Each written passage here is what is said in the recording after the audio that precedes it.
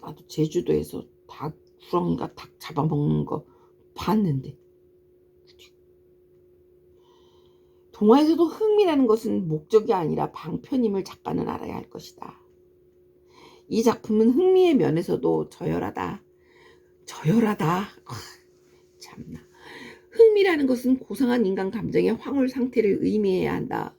좋은 동화라는 것은 그저 단순히 이야기되는 것은 아니다. 그것은 어떤 결론을 얻으려고 하며, 그 무엇을 가르치려고 하며, 그 무엇을 모범으로 보이려고 하며, 그 무엇을 논박하며 웃어버리려고 하는 것임을 알아야 한다.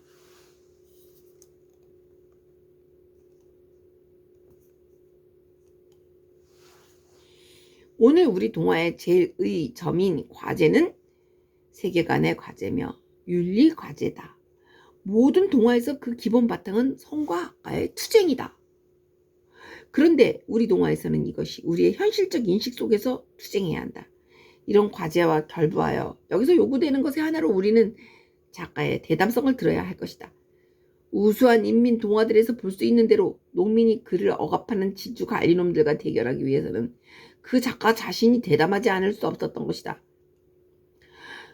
그런데 이 대담성의 기반은 곧 이 작가의 올바른 세계관이며 정당한 윤리관이었다. 원동의 플로초는 이런 관점에서 우리에게 절실한 논의거리로 될 수 있는 작품이다. 뭐가? 원동의 플로초가. 이 작품에서 작가가 자신의 애매한 세계관과 이에 따르는 대담성에 결여하여 황부의 아들들에 대한 인민의 복수를 혁명적 의식에서 행하지 못하고 한낱 부연적인 꿈과 지시에 의해 그것도 비겁하게 주저주저하며 행하게 된다.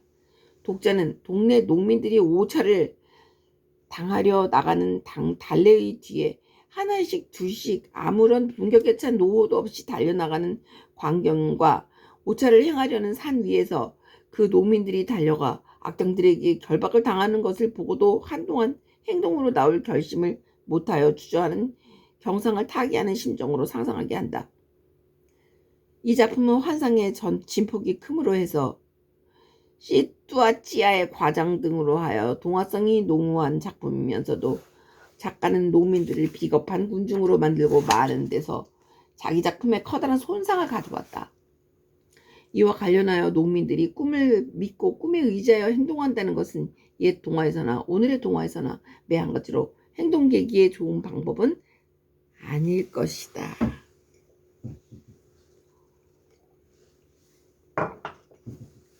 옛 동화가 그 환상과 그 비상성을 가지고 사람을 경탄케 하였다면 오늘 동화는 우리네의 실생활 속에서 진행되는 모든 거창하고 우미한 사건들을 가지고 아동들을 경탄케 하는 것이다.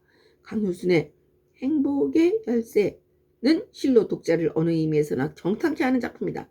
이 작품이 독자를 경탄케 하는 절반은 황소를 이기는 힘, 물속에서 맨손으로 고기 잡는 재주 등 옛 동화의 세계에서 보는 환상의 비상성이며 또 하나의 절반은 오늘의 현실에서 벌어지는 사건들, 즉 마차 한 대 하나밖에 못 싣는 무호박 등속, 고등길로 쏜새같이 달리는 쇠자, 나사만 누르면 밤이 나처럼 밝아지는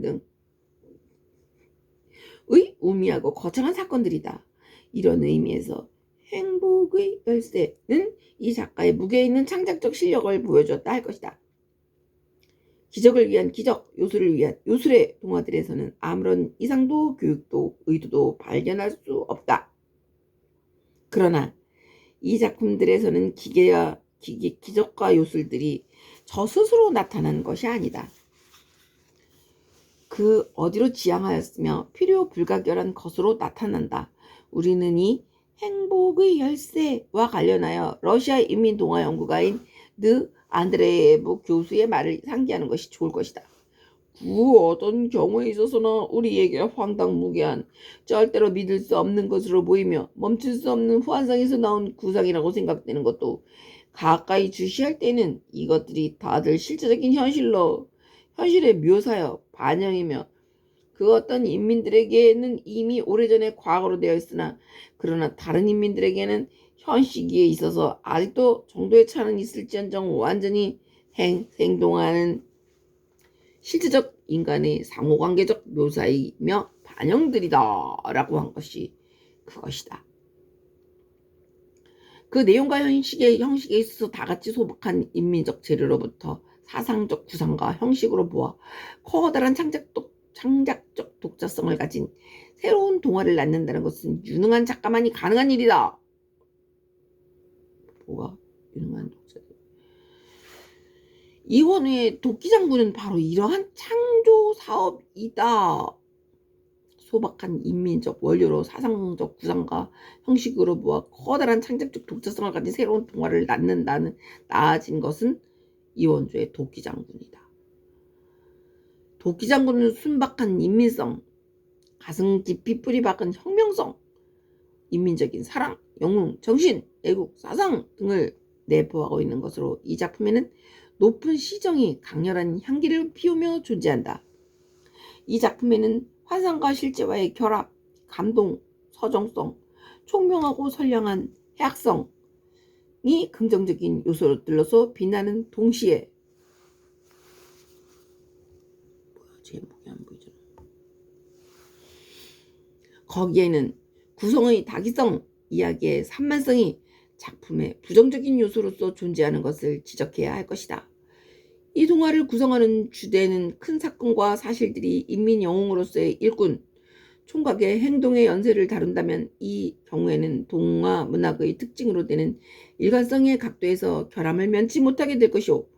이 사건과 사실들이 이 인민 영웅의 성격을 형성하기 위한 디테일들의 나열이라면 즉 작품의 목적에 무관계한 개별적인 행동 형상들이라면 이것은 작품 전체의 균형성의 파탄을 가져오지 않을 수 없는 것으로 될 것이다.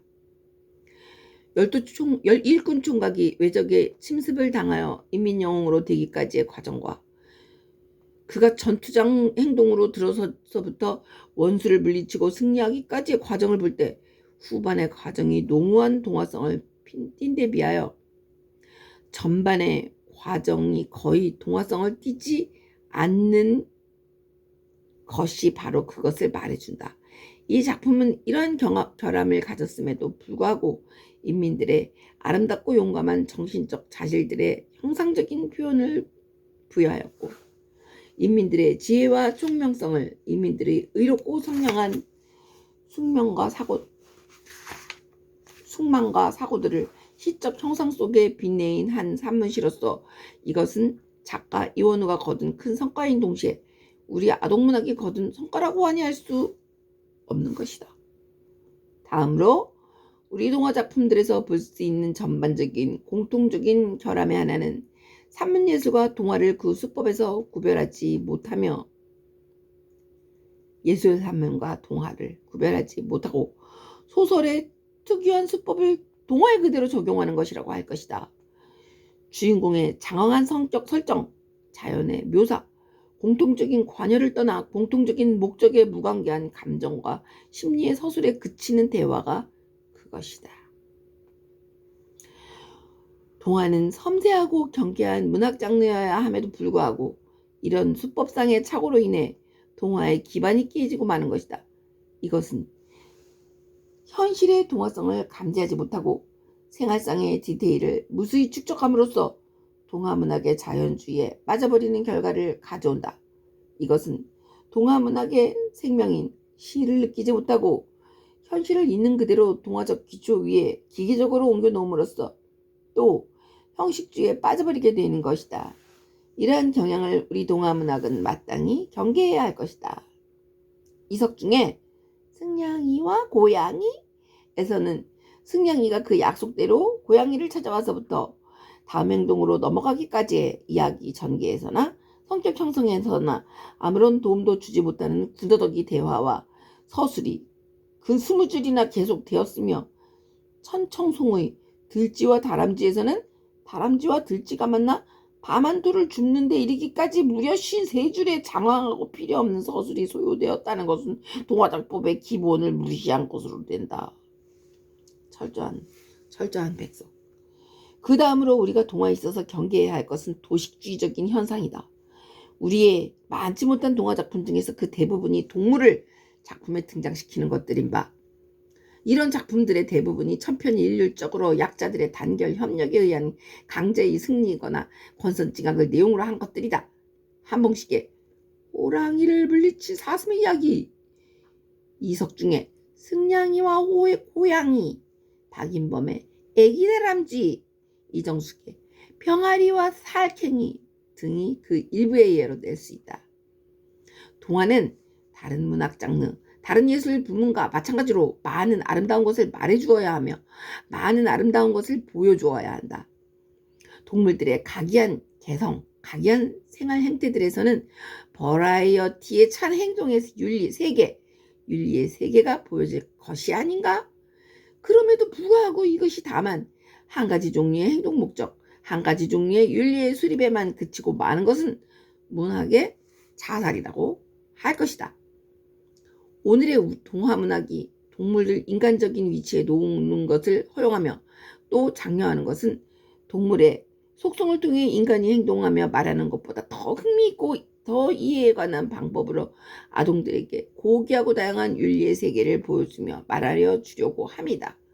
오늘 우리 아동들이 체험하는 생활과 그리는 이상은 다양하고 심오함에도 불구하고 어떻게 하여 우리 동화 작품에 나오는 윤리의 세계는 이처럼 협소하며 천박하여도 좋을 것인가?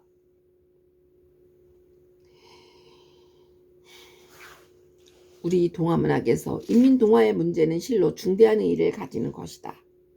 대부분의 우리 동화 작가들에게는 동화의 인민적 재료를 이용한다는 것이 곧 인민동화의 외면적 수법을 반복하며 그것의 구성을 복사하여 그것의 형상들을 재묘사하며 그 언어를 기계적으로 반복하는 것으로 되는 경우가 많음을 보게 된다. 그렇지 않으면 인민동화의 말미에 겨우 현대적 호흡을 주는데 불과하다. 그러나 인민동화를 우리가 섭취한다는 것은 이런 것에 그쳐서는 안 되는 것으로 그것은 인민적 재료의 창작적 이용이어야 하며 예술적 갱신이어야 한다. 인민동화의 구도를 오늘의 새로운 동화의 기본이 되도록 해야 할 것이며 이렇게 하여 창작되는 새 동화의 윤리는 곧 우리의 윤리여야 하며 인물들의 형상은 현대 인물들의 구체적이며 실질적인 형상들이어야 한다. 이러한 동화에는 또 우리의 현대 생활에 많은 특징들이 들어있어야 한다. 인민 동화를 토대로 하여 내용과 형식에 있어서 다 같이 새로운 오늘의 동화를 창작한 예로서 우리는 소비에트 작가 말샤크의 다락집을 들 수 있다. 이 작품에는 인민 동화의 전통적인 주인공들인 개구리, 쥐, 수탉, 그리고 고슴도치가 등장한다. 이 선량한 짐승들에 대한 적대 진영으로 곰, 승냥이, 여우 같은 전형적인 불량한 주인공들이 배치된다. 쥐는 좋은 쪽으로 나오네. 선량한 곰은 적대 진영으로 나오네. 인민 동화에서는 이 불량한 짐승들이 선량한 짐승들의 세계를 파괴해버리는 것으로 되었으나 말샤크는 선량한 짐승들이 우위와 경각성과 용감성과 자기네 세계에 대한 절절한 애착으로 끝끝내 자기네 세계를 수호하는 것으로 개작했다. 이것은 곧 오늘의 소비에트 사회의 윤리이다. 우리 작자들은 말샤크의 이 모범에서 인민동화의 계승 발전에 대한 것을 배워야 할 것이다. 우리 동화 작품으로 인민 창작이 계승 발전에서 성공한 예로서는 일면의 결함은 있을지언정 이원우의 도끼장군과 청동항아리, 강효순의 행복의 열쇠와 다시 찾은 피리, 그리고 이런 작품들에 비하면 다소의 손색을 보이지만 김도빈의 막내 아들을 들 수 있을 것이다. 이원우의 청동항아리는 인민들의 노력 과정에서 얻어진 구두 창작의 진수를 계승한 작품이다. 자기들의 노력의 대가에 대한 절실한 염원은 청동항아리에 담긴 과주가 퍼내어도 담이 없기를 바라는 근로인민들의 절절한 염원에서 보여졌고 또 그 염원의 유린에서 오는 그들의 분한이 농민들의 감정 위에서 규정된 내용과 형식에서 보여졌다. 애써 일하여 만든 사람들을 위하여서만 무진장한 과주가 자기들의 노력 없이 남의 것을 착취하려는 지주에게 약탈당할 때 그 과주는 말라버린다. 이것은 곧 동화의 독자적인 논리이며 합법질성이라고 할 수 있는 것이다. 이 한편은 굽이 창작에 시대적 의의를 부여한 것으로서 계급적 모순이 높은 동화성을 띠고 형상화된 것이다. 김도빈의 막내 아들은 지주의 무리한 억압과 착취에 대한 반발, 투쟁을 형상화한 작품이다. 여기서는 착취 계급의 혼탁하고 우둔한 지혜에 억압받고 착취당하는 계급, 즉 선량하고 참된 인간층이 청순하고 총명한 지혜를 대립시킴으로써 정당한 계급적 관심을 중시한다. 이 작품에서는 피착취 계급의 전형인 막내 아들이 지주에게 육모방망이를 한 대 먹이는 것으로 피착취 계급에 내장된 힘을 상징하는 것으로서 작품의 세계를 높은 데로 이끌어 올린 것으로 된다. 다음, 동화가 창작되며 구성되는 기본적 요소는 무엇인가? 그것은 언어다. 그것도 높은 시적인 언어다. 시적인 언어다. 이다 없는데. 여기 시적인 언어다.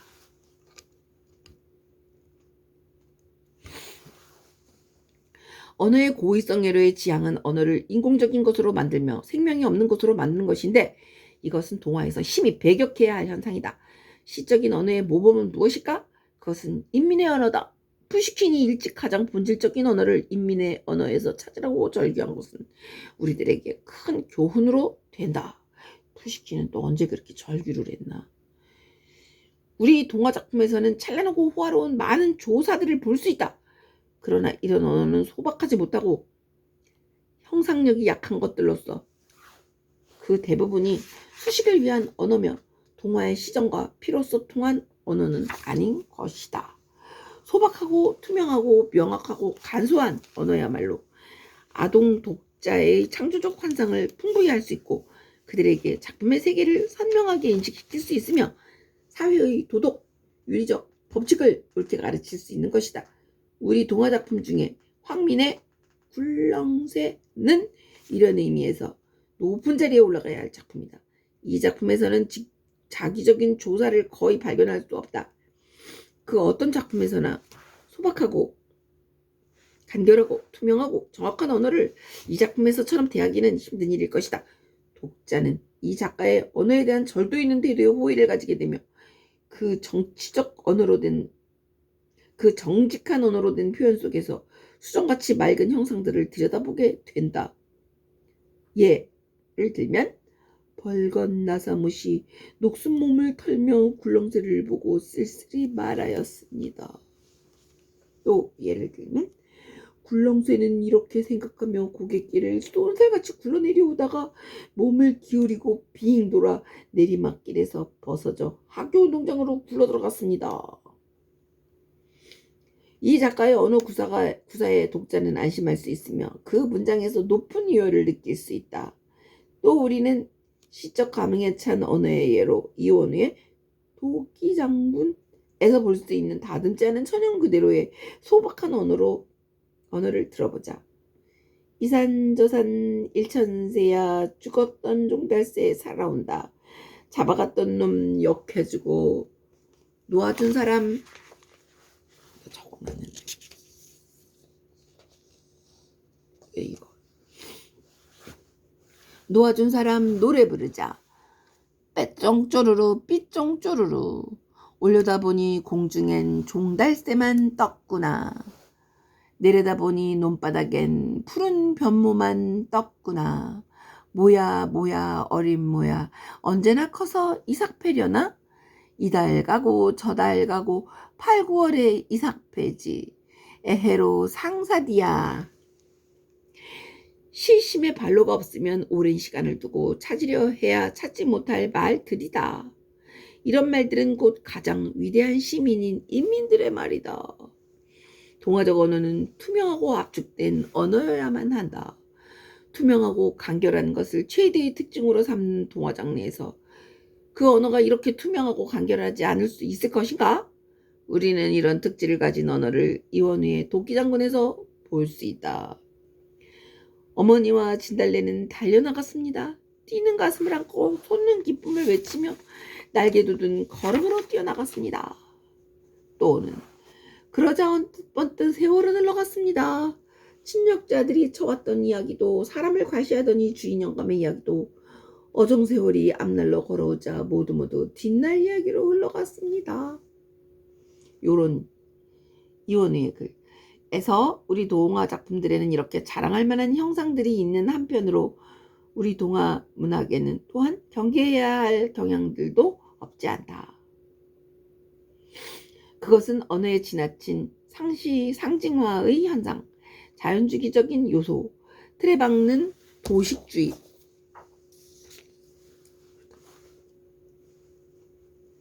도식주의적 결함, 경향, 문학어로서 승화되지 못한 비속한 언어, 그리고 혼동 등이 그것이다. 물론 작품의 내용에 따라서는 언어의 표현의 성격도 다를 것이다. 그러나 이러한 언어 표현이 아니면 안 될 그런 내용도 재료도 아닌 때의 이런 경향은 구체적인 사실을 추상적인 인식으로 만드는 것으로 하여 이해의 방해로밖에 되지 않는다. 더욱이 어린 독자들에게는 과중한 부담이 된다. 이러한 부정적인 현상은 이원우의 12가지 과일이 열리는 나무 중에서도 볼 수 있다. 칭찬도 했다가 야단도 쳤다가 올려쳤다가 맺혔다가 아쉽니다. 이원우 아팠겠다. 동화 언어의 이해와 그 구사에서 가장 우수한 명수라고 할 작가들의 작품 속에 가끔 이러한 부정적인 요소들이 대두됨을 보게 되는 바, 이것은 그들이 인민 언어에 몰리는 주의와 돌리는 주의와 부족과 낡은 언어 세계의 잔재가 그 원인으로 간주되어야 하지 않을까? 우리 동화 작가들은 동화 언어는 높은 시적 언어여야 한다는 것을 명기하여 높은 시적 언어는 인민의 언어라는 것과 인민의 언어는 투명하고도 소박하다는 것을 알아야 할 것이다. 끝으로 우리는 우리 동화 문학의 부진의 원인을 잠깐 고찰하여 봄이 필요하다고 할 것이다. 우리는 우선 우리 작가들이 동화의 소재와 한계의 세계에서 또 수법에서 아직 새로운 것을 충분히 이해하지 못하는 것을 들어야 할 것이다. 시어는 동화 작가들의 새로운 것을 섭취하려는 노력에 부족되지 결여해서 들어야 할 것이다. 다음으로 우리는 우리 동화 작가들에게 철저한 세계관과 이에 따르는 대담성의 부족을 말하게 된다. 이것은 곧 작품의 세계를 애매하게 무기력하게 만들며 도저히 오늘의 현실을 따르지 못하게 한다. 그러므로 거기에서는 교양의 목소리도 추쟁의 절기도 승리의 호소도 들리지 아니한다. 다음으로 우리는 동화의 생명인 팽이라는 서정과 풍부한 철학적 일반화의 면에서 우리 작가들의 역량의 부족을 보게 되는 것도 또한 우리 동화 문학의 심중한 결함으로 들 수 있는 것이다. 또 동화 이론의 결핍으로 인하여 동화 작가들이 자기 작품들을 호상 공정하게 평가하기 어려운 것도 또한 동화 문학 부진이 적지 않은 원인으로 될 것이다. 그리고 또 하나의 일반적으로 동화 문학에 대한 과소평가, 즉 동화를 문학에서의 여차적인 것으로 인식하며 간주하는 경향이 그것이다. 그러나 우리는 여기 대해선 인간 교양의 과제 앞에 나서는 동화 장르에 비할 데 없이 큰 비중을 시위해야 할 것이다. 동화의 단순성은 가장 큰 시정에서, 철학에서, 가장 큰 기교에서 오르는 것임을 자랑해야 할 것이다. 동화 문학의 발전을 위하여. 동화 문학은 우리 백석이 저기 어린 왕자 같은 거 한번 읽어봤으면 재밌어 했을 것 같습니다. 그리고 이렇게 이론의 바탕이 딱 돼 있는 분의 시며 소설이었습니다. 백석의 동화 문학의 발전을 위하여.